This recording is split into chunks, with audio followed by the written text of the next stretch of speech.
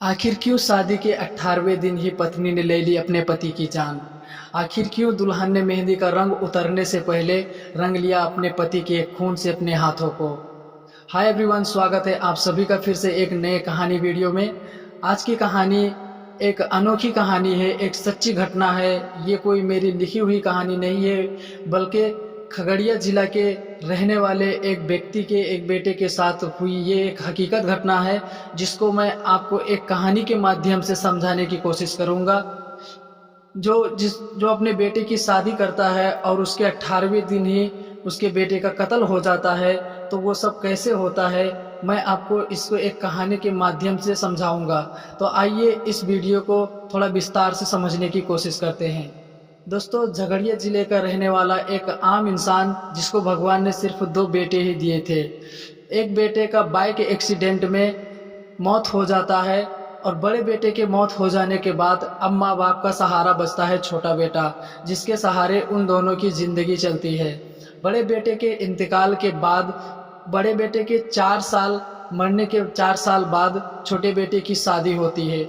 बहू घर में आने जाने लगती है, सब हंसी खुशी से रहते हैं कुछ दिन। लेकिन कुछ ऐसा अनोखा हो जाता है जिसको कभी किसी ने सोचा ही नहीं था। यानी कि शादी के 18 दिन जब पूरा होता है, तो जिस लड़की को वो अपना बनाकर अपने घर में लेकर आते हैं, वही लड़की उनके बेटे की जान ले लेती है।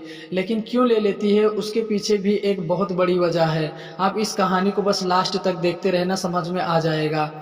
असल में जिस लड़की को वो अपना बनाकर अपने घर में लेके आते हैं, वो लड़की किसी और लड़के से प्यार कर रही होती है और उसके साथ ही अपनी दुनिया बसाने की सोचती है। लेकिन उसके घर वाले इस बात से सहमत नहीं होते हैं और अपने पसंद के लड़के से शादी करते हैं।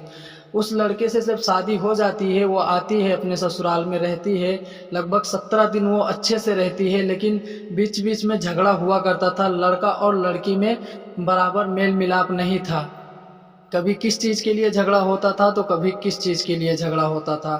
किसी तरह शादी को 18 दिन तो पूरे हो गए और उसी 18वें दिन से 19 दिन जब लगने वाला था, उसी रात लड़की ने अपने पति का खून कर दिया। लड़की बहुत शातिर होती है, वो कुछ अजीब तरीके से अपने पति का खून करती है, जिससे गांव वालों को भी ना पता चले और ये एक एक्सीडेंट बन के रह जाए। लेकिन बुराई ज़्यादा दिन तक, ज़्यादा देर तक नहीं टिक सकती है और गांव वालों को पता चलना ही होता है। तो वो लड़की किस तरह से मर्डर करती है वो मैं आपको बताता हूँ। वो लड़की क्या करती है कि जिसमें उसका बेडरूम था, वो दरवाज़ा अंदर से बंद कर लेती है। फिर उसका पति और वो पति पत्नी दोनों अंदर होते हैं। थोड़ा बहुत झगड़ा लड़ाई होता है उन दोनों में।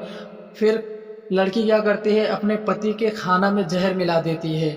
वो लड़का उस खाना को खा लेता है। जब जहर का असर शुरू होता है आधा घंटा या उससे कुछ टाइम बाद में, तो वो लड़का दर्द से चिल्लाने लगता है, चीखने लगता है। फिर लड़की सोचती है कि अगर ये इतना ही चिल्लाएगा, इतना ही चीखेगा, तो घर वालों को भी पता चल जाएगा और सब शोर मचा देंगे कि क्या हो गया। तो वो लड़की क्या करती है, जैसे ही उसको दर्द बढ़ता है, वो चीखने चिल्लाने की शुरुआत करता है, वैसे ही वो लड़की, घर में ईंट पड़ा होता है, वो ईंट को उठाती है और उसके सीने पे वार करने लगती है। ईंट से भी बहुत मारती है, फिर उसके लड़के के चेहरे पे भी मारती है, पूरा चेहरा बिगाड़ देती है उस लड़के का। फिर वो लड़का चिल्लाना बंद कर देता है और ऐसे ही तड़पता रहता है। तब भी उस लड़के का दम नहीं निकलता। फिर वो लड़की क्या करती है कि घर में कैंची रखा होता है, उस कैंची को उठाती है और उसके सीने में घोंपना शुरू कर देती है। बहुत सारे जगह पर उस लड़के के सीने में उस कैंची को घुसा देती है। फिर कुछ देर बाद उस लड़के की भी मौत हो जाती है। फिर वो लड़की बाहर निकलने की कोशिश करती है, लेकिन वो सीधे दरवाजे से दरवाज़ा खोल के नहीं निकलती है, क्योंकि अगर वो सीधा दरवाज़ा खोलकर बाहर निकलती तो वो पकड़ी जाती। घर वालों को भी पता चल जाता जब अंदर वो लाश देखते। तो वो लड़की वेंटिलेटर का सहारा लेती है। घर में जो हम लोग होल फास लगाते हैं, वो लड़की उसको उसमें से निकलने की सोचती है और उस होल में से 1-2 ईंट निकालकर बाहर निकल जाती है और दरवाज़ा अंदर से ही लॉक होता है। वो लड़की आराम से बाहर निकलकर छत पे जाकर अपने आशिक से फिर से बातें करने लगती है और अपने आशिक को बुलाती है अपने ससुराल की, मैंने अपने पति का खून कर दिया है, तुम आकर मुझे यहाँ से ले चलो। उसका आशिक कहता है ठीक है, तुम थोड़ी देर रुको, मैं बहुत जल्दी ही आता हूँ।